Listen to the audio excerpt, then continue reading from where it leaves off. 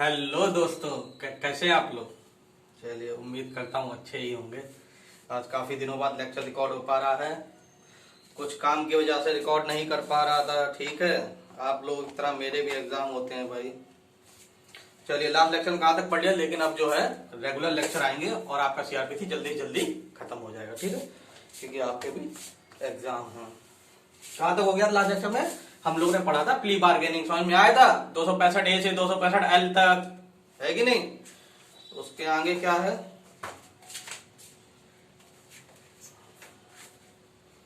Chapter 22 काम का है, नहीं काम का है। ठीक है, फालतू का अननेसेसरी बर्डन नहीं लेना है। वही चीजें पढ़नी है जो पूछी जाती हैं। ठीक है, या पूछे जाने के जिनके चांसेस हैं। ठीक, चैप्टर 22 उड़ा दो, कुछ नहीं है इसमें। चैप्टर 23 में क्या है? चैप्टर 23 में कुछ ही सेक्शन इंपॉर्टेंट है जो सिर्फ डायरेक्ट पूछे जाते हैं। ठीक है, अब ये है क्वेश्चन पूछा जाएगा।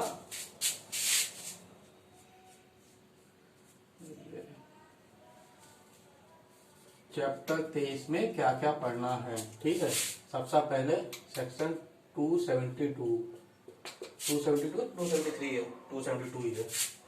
Language of the code, language of the court.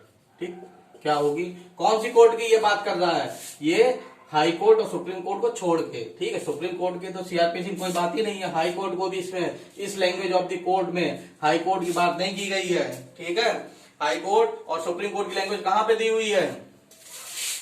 High court या सुप्रीम कोर्ट की जब हम बात करेंगे तो article 348 of the constitution of India, उसमें दिया हुआ है कि हाई कोर्ट और सुप्रीम कोर्ट की लैंग्वेज जो होगी वो इंग्लिश होगी। ठीक है, और लैंग्वेज ऑफ द कोर्ट उसके अलावा कौन सी हो गई?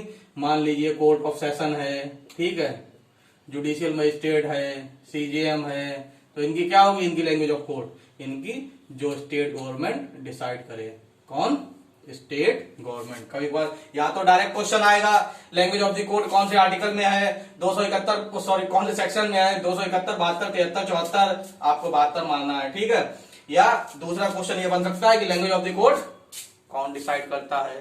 ठीक है, उसमें आएगा हाई कोर्ट और या ये स्टेट गवर्नमेंट, सेंट्रल गवर्नमेंट। ठीक है, कौन डिसाइड करता है, तो फिर उसमें आपको स्टेट गवर्नमेंट मानना है। ठीक है, और कुछ नहीं उसमें। चलिए, evidence to be taken in presence of the accused, section 273। ये डायरेक्ट ही पूछे जाते हैं, इसके अंदर का कुछ नहीं पूछा जाता। इसमें अंदर कुछ पूछा जाएगा तो ये कि लैंग्वेज ऑफ द कोर्ट कौन डिसाइड करता है। लेकिन यहाँ पे कोर्ट का मतलब क्या है? हाई कोर्ट को छोड़ के और सुप्रीम कोर्ट को भी छोड़ के। ठीक है, कि उनके बारे में कॉन्स्टिट्यूशन में दिया हुआ है। क्या है? Evidence to be taken in presence of the accused, evidence to be taken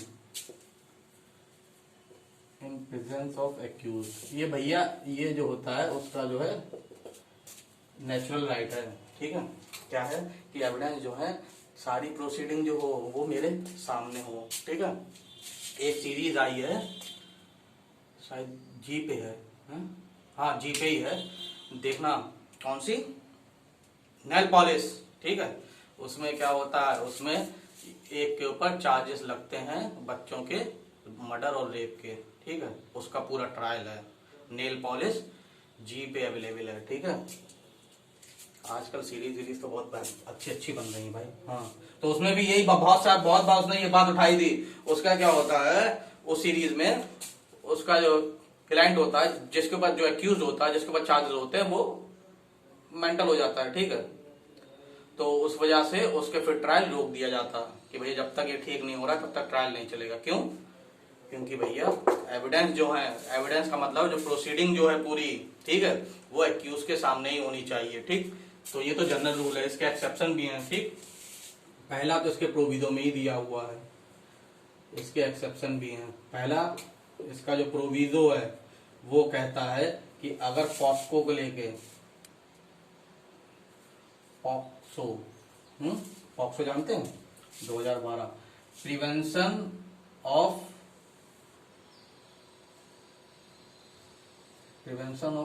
children from sexual offences, हाँ, prevention of children from sexual offences 2012। ठीक, प्रोविजो में ये दिया हुआ है, प्रोविजो में ये सब नहीं दिया हुआ, ठीक है। प्रोविजो में सिर्फ इतना दिया हुआ है कि कोई भी अगर रेप से लेके कोई भी अगर केस है जिसमें जो विक्टिम है उसकी एज जो है under the age of 18 years है, तो फिर उसका उसमें इस सेक्शन को हम लोग छोड़ सकते हैं। क्या होता है ना, पॉक्सो में दिया हुआ है कि अगर कोई भी ऐसी लड़की है जिसका रेप हुआ है या सेक्सुअल ऑफेंसेस हुए उसके अगेंस्ट में, और जिसकी एज जो है कितनी कम है, कह सकते हैं कि 18 से कम है। अरे भाई माइनर वही तो होगा जिसके 18 से कम है, ठीक है। तो उसके केस में क्या होगा, उसके केस में उसके सामने मतलब विक्टिम के सामने एक्यूज को कभी नहीं लाया जाएगा, ठीक है। विक्टिम इतनी छोटी है, ठीक है, और वो पता नहीं क्या जल्लाद टाइप का हो सामने, समझे कि नहीं, जल्लाद से भी आरामी होते हैं साले, तो जल्लाद टाइप का हो वो, तो उसके सामने एविडेंस नहीं दिया जाएगा, ठीक है। तो ये पॉक्सो में दिया हुआ है। कैसे दिया जाएगा कि अगर जो एक्यूज का जो वो है वकील है, अगर वो उस बच्ची का क्रॉस एग्जामिन करना चाहता है तो फिर वो क्वेश्चंस फ्रेम करके किसको देगा, मजिस्ट्रेट साहब को देगा। फिर वो मजिस्ट्रेट साहब उस बच्ची से पूछेंगे, ठीक। या क्या होगा, वन साइड मिरर में होगा, वन साइड मिरर में कि वहां से तो वो इधर देख सकता है, एक्यूज जो है वो तो बच्ची को देख सकता है, लेकिन बच्ची को उस साइड वो नहीं दिखाई देगा, या ऐसे लिए जाएंगे, ठीक है। ये सब अंदर डिटेल में पॉक्सो में दिया हुआ है।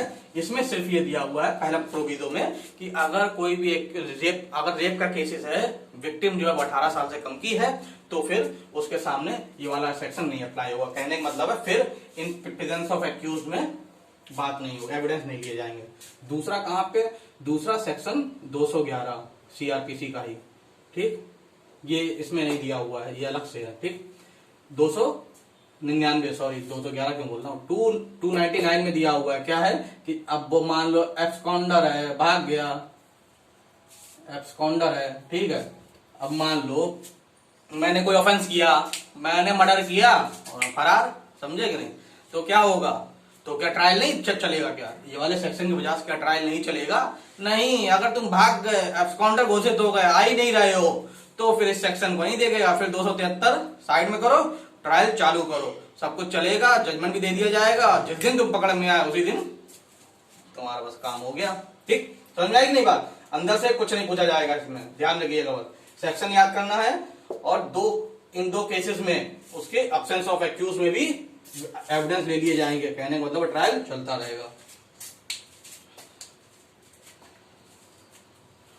इसको रीड मान लीजिएगा, कुछ नहीं है, कोई भी दिक्कत वाली बात नहीं, ठीक है। सेक्शन 272 273 इंपॉर्टेंट है, इनमें पूछा जाता है। Section 280 remark respecting demeanour of witnesses. अब ये क्या होता है भाई, डेमनर ऑफ विटनेसेस क्या होता है कि मजिस्ट्रेट साहब जो हैं जब भी एविडेंस ले रहे हैं, ठीक है, विक्टिम हो, एक्यूज हो, कोई भी है, अगर मान लो कि उससे पूछा कुछ भी और वो घबरा रहा है, कांप रहा है, पसीने निकल रहे हैं जोर जोर से उसके, ठीक है, तो वो मजिस्ट्रेट साहब वो भी नोट कर लेंगे, ठीक है, कि जब मैंने ऐसा पूछा तो इसने ऐसे ऐसे इसके ये मतलब बॉडी लैंग्वेज हो गई थी इसकी, ठीक, कांप रहा था या पसीने निकल रहे थे, डर रहा था, जिससे कुछ चांसेस निकाले जा सकें कि ये सच बोल रहा है कि झूठ बोल रहा है, क्या है, ठीक है।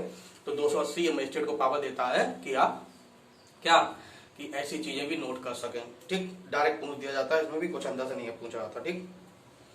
उसके बाद में 282 interpreter to be bound to interpret truthfully, ये भी पूछा जाता है डायरेक्ट, ठीक। क्या है, interpreter to be bound to interpret truthfully. 284 when attendance of witnesses may be dispense with and commission issued, direct पूछा जाता है। सिर्फ ये सेक्शन आपको हेडिंग बना के याद कर लीजिएगा, ठीक है। डिटेल में पढ़ेंगे, दिमाग पे बर्डन पड़ेगा, दिमाग पे बर्डन पड़ेगा तो नंबर कम आएंगे, ठीक है। बर्डन भी ना पड़े, सब समझ में भी आए और नंबर भी सबसे ज्यादा आए, है कि नहीं, यही तो चाहिए। तो बस इसीलिए आप जो है अननेसेसरी कुछ भी नहीं पढ़ना है। उसके अलावा कौन सा सेक्शन पढ़ना है आपको,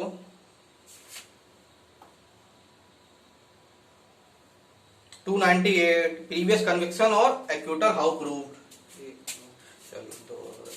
प्रीवियस कन्विक्शन और एक्यूटल हाउ प्रूव्ड, अगर मान लो जैसे कि उसमें होता है 211 के लास्ट प्रोविजो में था, 211 के कंटेंट ऑफ चार्जेस में लास्ट में था ना कि अगर प्रीवियस कन्विक्शन है तो वो भी नोट कर लो, या जब जजमेंट आया है उसके बाद में, ठीक है, जजमेंट आया उसके बाद में भी जो है अगर प्रीवियस कन्विक्शन से उसकी पनिशमेंट बढ़ रही है तो प्रीवियस कन्विक्शन प्रूफ कैसे होगा, ये कहाँ दिया हुआ है 298 में, ठीक है।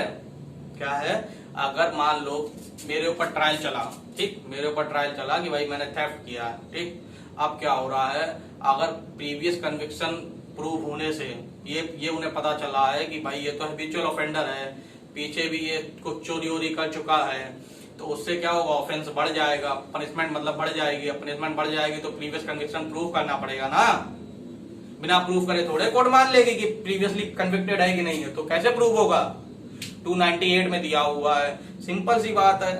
क्या है कि भैया सर्टिफिकेट इशू करवाना होगा हमें, किससे, या तो वो जिसकी कस्टडी में रहा है, प्रीवियसली हम कन्विक्ट हुए तो कहीं ना कहीं तो हम रहे होंगे, या तो हम जेल में रहे होंगे या हम कस्टडी में रहे होंगे, जेल में रहे हैं तो जेला से लेके आओ, और किसी और की कस्टडी में रहे हैं तो जो अथॉरिटी है उससे लेके आओ, ठीक है। 298 में ए और बी में दिया हुआ है, पढ़ लीजिएगा, ठीक। 299 record of evidence in absence of accused, यही बात कि भैया कब जो है एब्सेंस ऑफ एक्यूज में हम एविडेंस रिकॉर्ड कर सकते हैं, जब वो साला अवेलेबल नहीं है, भाग गया है कि नहीं, तो फिर हम उसमें उसके एब्सेंस में भी क्या कर सकते हैं, एविडेंस रिकॉर्ड कर सकते हैं, ठीक है। ये इतनी बात हो गई, चलिए सेक्शन 300 पढ़ते हैं।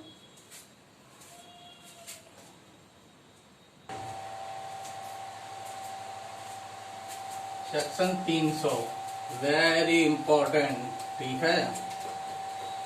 देखो अब जो नया चैप्टर आ रहा है उसमें मान लो सीआरपीसी में किसी भी पेपर में मान लो 10 क्वेश्चन आते हैं, जैसे यूपी में आते हैं 15, हर जगह लगभग 10 ही आते हैं, ठीक है, ठीक है, ऐसा तो है नहीं सिर्फ सीआरपीसी से ही हो जाता है सिलेक्शन। अगर किसी में 10 क्वेश्चन आते हैं चैप्टर 24,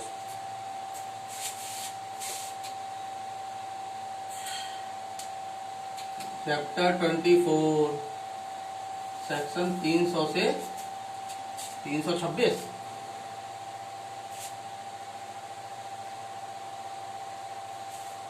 देखें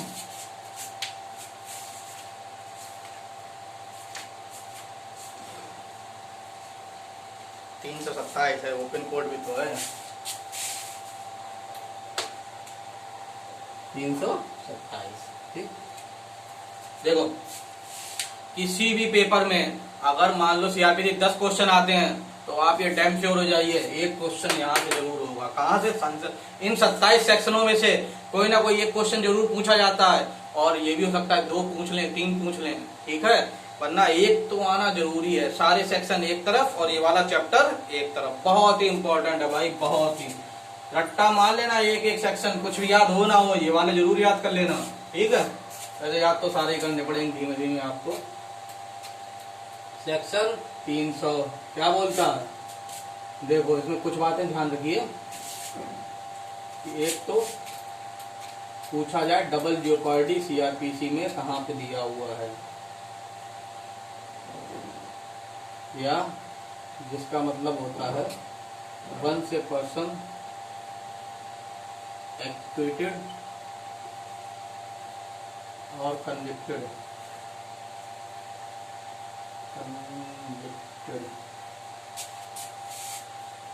shall not be tried again, shall not be tried again, या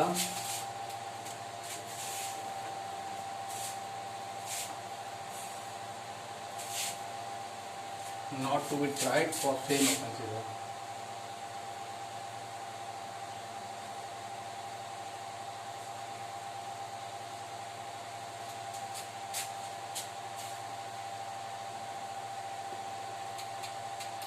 ऑट्रे कोइस एक्विट,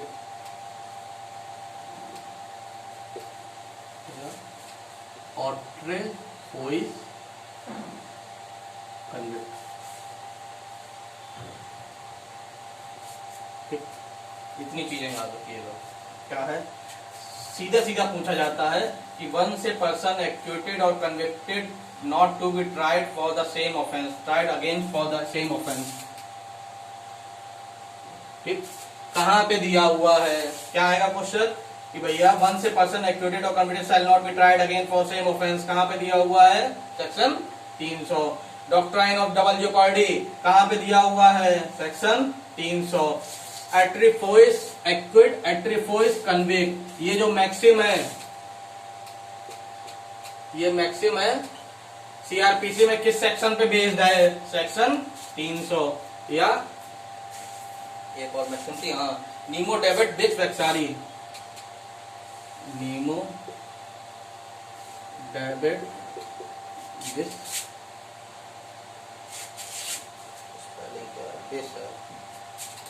BIS वैक्सारी, ये ठीक।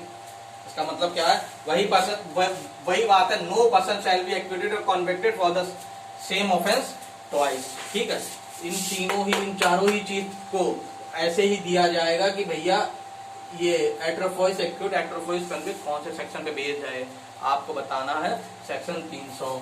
नीमो डेविड वैक्सारी मैक्सिम किस सेक्शन पे बेस्ड है, सेक्शन 300, या कौन सा सेक्शन इस मैक्सिम पे बेस्ड है, ये कहना ज्यादा सही होगा। ठीक, अब क्या होता है, इस सबसे हमें दो चीजें समझ में आती हैं, ठीक, कि ये सेक्शन 300 दो चीजों पे अप्लाइड होगा, या तो आप एक्विट हो चुके हैं या आप कन्विक्ट हो चुके हैं। ठीक, कौन सेक्शन पे अप्लाई हो रहा है, या तो मुझे एक्विटल मिल गया हो या मुझे कन्विक्शन हो गया हो, मुझे पनिशमेंट हो गई हो। ट्रायल में क्या होता है, ट्रायल में मजिस्ट्रेट साहब के सामने जब ट्रायल होता था तो क्या होता था, सबसे पहले तो ओपनिंग ऑफ द केस होता था। ओपनिंग ऑफ द केस में क्या हो गया, या तो फिर वो डिस्चार्ज हो जाता था, अगर सही से उनके पास फ्रेमिंग वो नहीं हुआ, अगर इसके पास एविडेंस नहीं हुआ प्रोसिक्यूशन के पास, तो उसे डिस्चार्ज कर दिया जाता था। डिस्चार्ज नहीं होता था तो फ्रेमिंग ऑफ चार्जेस होते थे। फ्रेमिंग ऑफ चार्जेस में क्या होता, दो बातें होती थी, क्या कि अगर उसने गिल्टी मान लिया तो प्लीड गिल्टी हो जाता था, और अगर नहीं माना तो क्या होगा, तो एविडेंस फ्रॉम प्रोसिक्यूशन से लिए जाते थे, प्रोसिक्यूशन साइड से एविडेंस लिए जाते थे। एविडेंस फ्रॉम प्रोसिक्यूशन में क्या होता था कि वो एक्यूट हो जाता था। सही एविडेंस नहीं है तो क्या होगा, अगर एविडेंस नहीं है तो वो एक्यूटल हो जाएगा, नहीं तो एविडेंस फ्रॉम डिफेंडेंट साइड से लिए जाता, या डिफेंस साइड से लिए जाते थे। उसके बाद आर्गुमेंट होता था, आर्गुमेंट, और ये या तो फिर बाद में फाइनल जजमेंट आता था। जजमेंट में क्या होता था, जजमेंट में या तो वो एक्यूट होगा या कन्विक्ट होगा, यही था ना। तो देखिए ये कहाँ पे अप्लाई होता है, सेक्शन 300 कहाँ अप्लाई होगा कि भैया एक्यूटल पे होगा, फिर चाहे वो एक्यूटल यहाँ हुआ हो या फाइनल जजमेंट में हुआ हो, जाके कहाँ अप्लाई होगा, इन दो जगह पे होगा। या तो फिर वो एक्यूटल कहाँ हुआ हो, एक्यूटल कहीं पे भी, एक्यूटल या कन्विक्शन कहीं पर भी हो रहा है, वहां सेक्शन 300 अप्लाई हो जाएगा। एक चीज और, यहाँ पर डिस्चार्ज और होता है, तो क्या डिस्चार्ज पे अप्लाई होगा, बताइए। दो चीजें और होती हैं कि अगर मान लीजिए कहीं पे डिस्चार्ज हो रहा है, कोई आदमी, इसमें यहाँ पर डिस्चार्ज हो रहा है ना, ओपनिंग ऑफ द केस हुआ, ओपनिंग ऑफ द केस में ही वो प्रूव नहीं कर पाया कि भाई सफिशिएंट एविडेंस है कि ट्रायल चालू किया जाए कि नहीं किया जाए, कोर्ट को लगा नहीं करना चाहिए, तो यहाँ पर उसे डिस्चार्ज कर दिया। तो एक बार वो यहाँ पर अगर डिस्चार्ज हुआ, दोबारा सेक्शन 3 दोबारा उसके ऊपर अगर ट्रायल चालू करना चाहो तो क्या हो सकता है, बताइए। बिल्कुल हो सकता है भैया, क्यों, क्योंकि सेक्शन 300 अप्लाई नहीं होगा। सेक्शन 300 अप्लाई क्यों नहीं होगा, क्योंकि वो दो ही केस में अप्लाई होता है, या तो एक्यूटल हो या कन्विक्शन हो। डिस्चार्ज पे होगा अप्लाई, नहीं होगा। ठीक है, दूसरी बात, विड्रॉल अगर हो रहा है तो भाई विड्रॉल भी तो होता है, हैं? अगर विड्रॉल हो रहा है तो क्या होगा, अप्लाई होगा कि नहीं होगा, बताइए। देखो सेक्शन 257 अगर हम देखें, सेक्शन 257 या 258 या नहीं 258 का 224 221 224 221 खोलिए एक बार देखिए, 257 खोलिए, 257 जब आप लोग खोलेंगे समझ लीजिए बहुत टाइम तक लोगों की बात समझ नहीं आती है, सही से समझिएगा कान खोल के। देखो विड्रॉल ऑफ कंप्लेंट, तो क्या विड्रॉल के केस में 257 में जैसे दिया हुआ है कि विड्रॉल ऑफ कंप्लेंट, तो क्या विड्रॉल के केस में एक बार किसी को विड्रॉल कर दिया गया, मान लो विड्रॉल क्या होता है कि भाई अच्छा खासा ट्रायल चल रहा है, विड्रॉल पहली बात तो कोर्ट ऑफ सेशन में तो होता ही नहीं है, ठीक।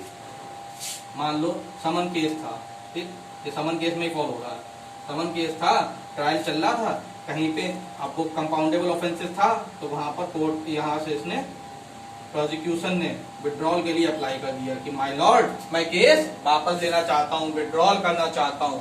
तो विड्रॉल के केस में मान लो 257 में जैसे अप्लाई किया, तो विड्रॉल के केस में एक बार विड्रॉल हो गया तो क्या होगा, दोबारा ट्रायल चालू हो सकता है। मान लो पहले तो उसने हम लोग साथ कंप्रोमाइज करके उन्होंने कहा देखो तुम केस वापस ले लो, चलिए रुकिए जरा लाइट चली गई,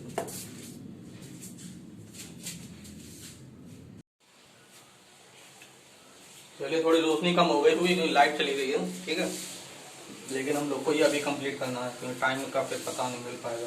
हाँ भाई मान लीजिए अब तीसरी बात क्या है विड्रॉल के केस में, विड्रॉल के केस में इसका इफेक्ट क्या होगा ये हमें जानना है, ठीक। देखो जहां पे विड्रॉल लिखा होगा तो विड्रॉल के उस सेक्शन के साथ साथ उसका इफेक्ट भी लिखा होगा कि उस विड्रॉल का इफेक्ट क्या माना जाएगा, कि वो एक्यूटल माना जाएगा या डिस्चार्ज माना जाएगा, समझे कि नहीं। क्या है कि अगर कहीं पे भी विड्रॉल का प्रोविजन दिया हुआ है कि पार्टी जो है, जो कंप्लेनेंट है या जिसने भी केस किया है, अगर वो विड्रॉल का ऑप्शन है उसके पास कि वो केस को कभी भी टाइम किसी भी time with the permission of the magistrate withdrawal कर सकता है, तो उस विड्रॉल का इफेक्ट भी उसी सेक्शन में दिया होगा कि उसका इफेक्ट क्या है। अगर उसका इफेक्ट एक्यूटल का हो रहा है तो सेक्शन 300 अप्लाई होगा, अगर उसका इफेक्ट डिस्चार्ज का हो रहा है तो सेक्शन 300 अप्लाई नहीं होगा, ठीक है। तो इतनी बात समझ में आई। डिस्चार्ज के केस में सेक्शन 300 अप्लाई होता है, नहीं होता है। विड्रॉल के केस में अप्लाई होता है, उसके लिए देखना पड़ेगा कि उस विड्रॉल का उस सेक्शन में इफेक्ट क्या है। अगर इफेक्ट उसका एक्यूटल दिया हुआ है तो अप्लाई होगा, अगर उसका इफेक्ट डिस्चार्ज दिया हुआ है तो अप्लाई नहीं होगा। चलिए आप सेक्शन 321 खोलिए, अभी आपको सब समझ में आ जाएगा। 321 खोलिए जल्दी। 321 में दिया हुआ है कि पब्लिक प्रोसिक्यूटर की परमिशन से, पब्लिक प्रोसिक्यूटर जो है वो कोर्ट की परमिशन से केस को विड्रॉल कर सकता है। कहां गया, विड्रॉल फ्रॉम प्रोसिक्यूशन, ठीक। अब इसमें क्या हुआ, सबसे पहले ये देखिए आप, ये तो बाद में पढ़ाएंगे ही, अभी देख ली, थोड़ी देख ले। It is made before a charge has been frame, it is made मतलब विड्रॉल जो है चार्ज फ्रेम होने के बाद हो रहा है अगर, तो the accused shall be discharge in respect of such offences और ऑफेंसेस, ठीक है। क्या है, तो फिर वो क्या माना जाएगा, डिस्चार्ज माना जाएगा। दूसरा, if it is made after a charge has been framed, तो क्या माना जाएगा, एक्यूटल माना जाएगा। अगर हम 321 पढ़ते हैं जिसमें विड्रॉल फ्रॉम प्रोसिक्यूशन की बात की हुई है, तो उसमें अगर फ्रेमिंग ऑफ चार्जेस से पहले, अगर यहां से पहले अगर उसने डिस्चार्ज कर लिया है, डिस्चार्ज कर लिया, अगर मतलब विड्रॉल कर लिया, फ्रेमिंग ऑफ चार्जेस से पहले विड्रॉल कर लिया तो उसका इफेक्ट डिस्चार्ज माना जाएगा। फ्रेमिंग ऑफ चार्जेस के बाद विड्रॉल किया तो उसका इफेक्ट एक्यूटल माना जाएगा। ये दिया हुआ है 321 में। अगर एक्यूटल होगा तो 300 अप्लाई हो जाएगा, डिस्चार्ज होगा 300 अप्लाई नहीं होगा, ठीक है। चलिए समझ में आई बात की नहीं आई। अब ये फिर से देखिए, क्वेश्चन आता है कि सेक्शन 300 किस किस पे अप्लाई होता है। 4 ऑप्शन होंगे, एक्यूटल, कन्विक्शन, डिस्चार्ज और चौथा कुछ और दे देंगे, ठीक। तो ये इसमें ये आपको बताना है कि कहाँ ये अप्लाई नहीं होता, तो ये डिस्चार्ज पे अप्लाई नहीं होता, ठीक। या विड्रॉल लिखा है तो विड्रॉल के केस में हमें देखना पड़ेगा कि किस सेक्शन में विड्रॉल हो रहा है, उस सेक्शन को जाके सिर्फ उसका इफेक्ट देख लेना, इफेक्ट क्या होता है, ठीक। जैसे मान लो 257 खोलिए आप, ये बात अगर आप समझ गए फिर तो आपको कोई दिक्कत आएगी ही नहीं। 257 खोलिए, विड्रॉल ऑफ कंप्लेनेंट, इसके एकदम लास्ट लाइन देखिए, shall thereupon acquit the accused. तो ये क्या हो गया, एक्यूट का मतलब एक्यूटल हो गया, एक्यूटल हो गया तो 257 में अगर विड्रॉल होगा तो 300 फिर अप्लाई हो जाएगा, फिर आप दोबारा केस नहीं कर पाएंगे उसके ऊपर। समझ में आई बात की नहीं आई, चलिए आई गई होगी। इससे ज्यादा तो भैया मेरे बस की बात नहीं है। अरे आ गया होगा यार, बच्चे बहुत बढ़िया हैं। चलो अब क्या रह गया, अब हम लोग सेक्शन 300 को देखते हैं सही से। अभी तक क्या था, अभी इसकी इंपॉर्टेंस देख रहे थे कि कैसे ये काम करेगा। सब नोट कर लिया, अच्छे से नोट आउट किया करो भाई।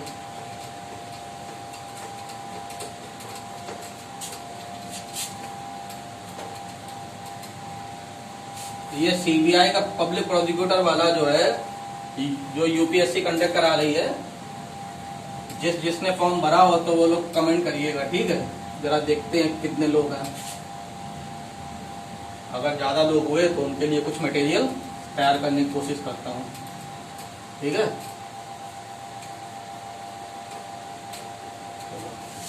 हाँ भाई, सेक्शन 300, सेक्शन 300 क्या बोलता है भाई, जो इतनी देर से मैं बोल रहा हूँ वही बोलता है और क्या बोलेगा।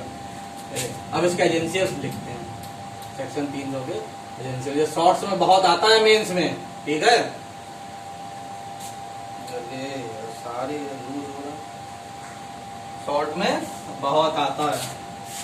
क्या क्या है भाई इसके एजेंसियस। पहला, accused must have been tried,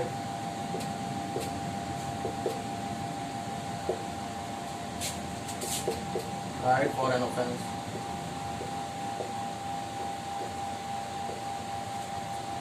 दूसरा, trial must be conducted by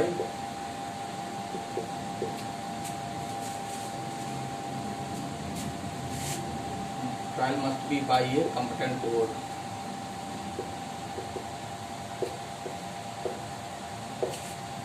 तीसरा, he must have been either convicted or acquitted, ठीक है। he must have been either acquitted or convicted। चौथा क्या, प्री के लिए तुम्हारा भैजा ही हो गया, ठीक है। प्री के लिए जितना हम लोग ने पढ़ लिया है उतने में से ही क्वेश्चन आते हैं, उसके एक्सेप्शन 100 देखने हमें, और प्री में कुछ नहीं आता, ठीक। ये हम लोग मेंस के लिए देख रहे हैं, मतलब डिटेल में पढ़ रहे हैं इसे, है कि नहीं। कन्विक्शन और एक्यूटल, कन्विक्शन और एक्यूटल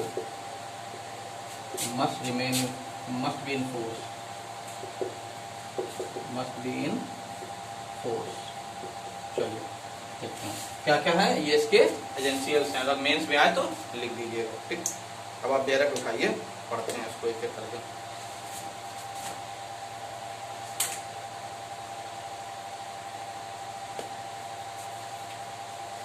जल्दी खत्म हो जाएगा, अब ज्यादा रहा थोड़े, बीच में बहुत सारे सेक्शन तो नहीं पढ़ने हैं, ठीक है। जल्दी खत्म कर दूंगा, टेंशन मत लो।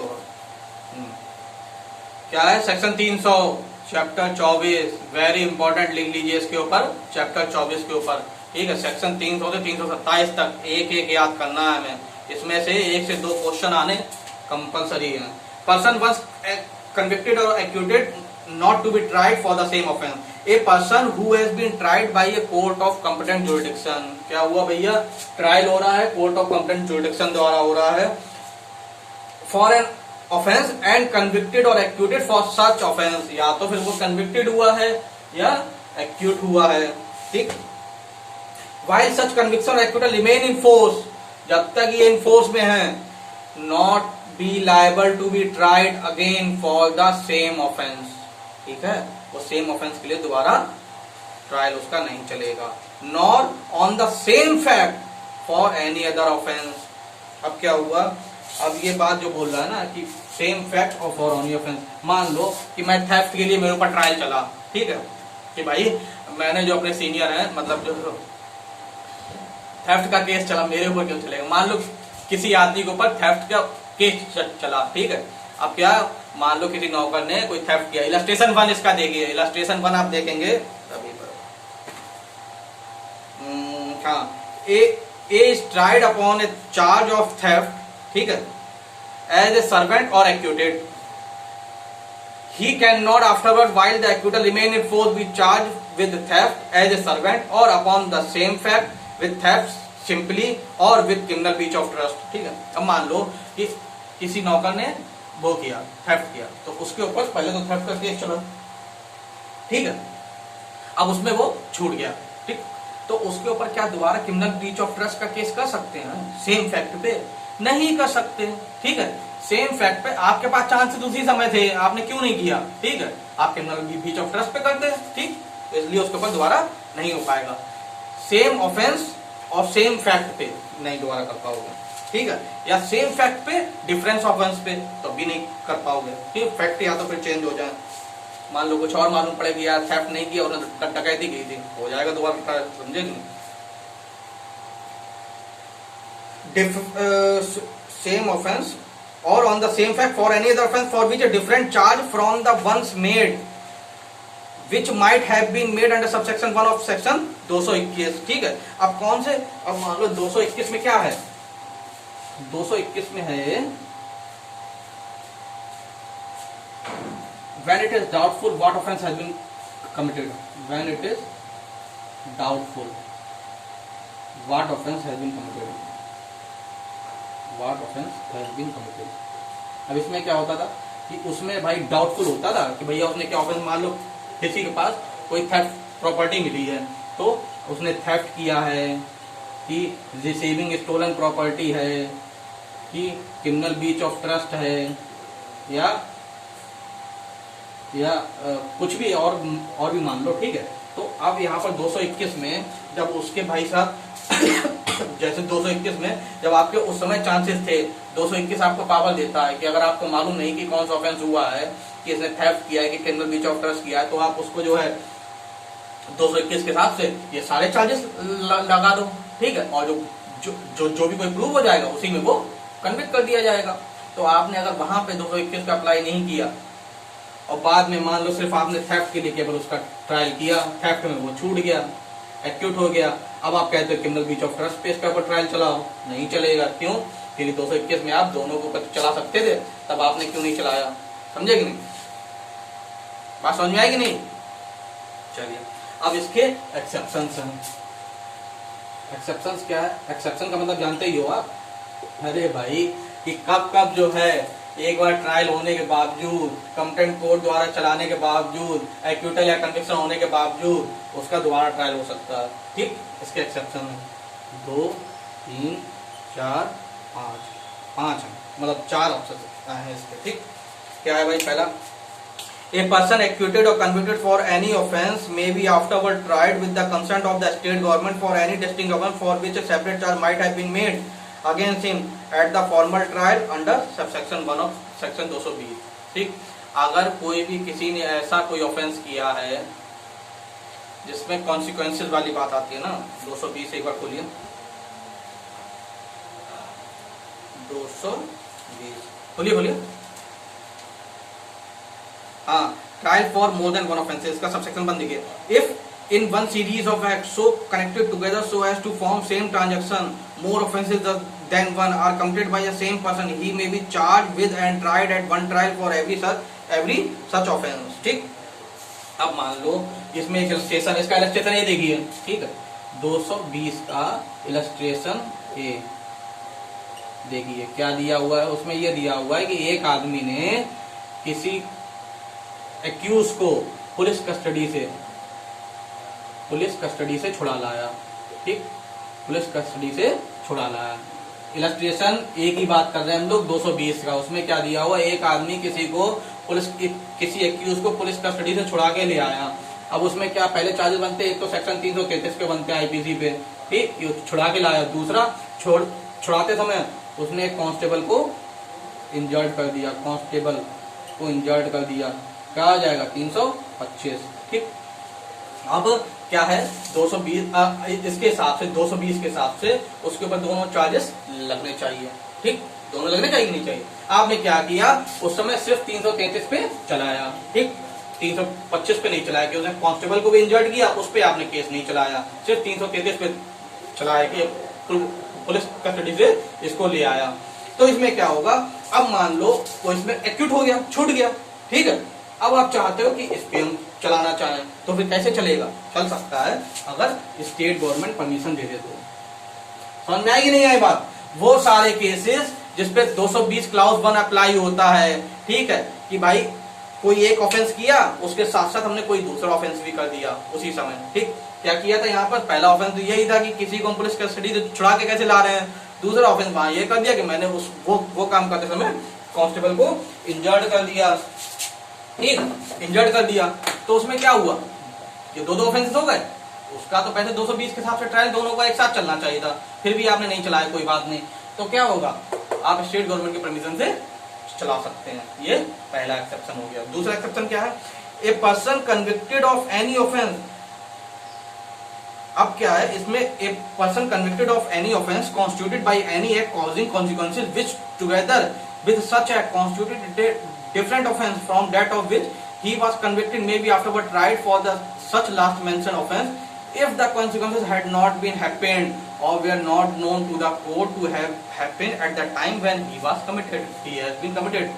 क्या हुआ इसमें? 3 में क्या बोलता है कि अगर कोई ऐसा ऑफेंस हुआ, मान लो पहले इसका इलस्ट्रेशन दिया हुआ है, इलस्ट्रेशन इसमें डाल लीजिएगा सबसेक्शन 3 का, 300 के सबसेक्शन 3 का इलस्ट्रेशन बी एंड डी है, ठीक है, और पहले वाले का तो ए था ही, ठीक है।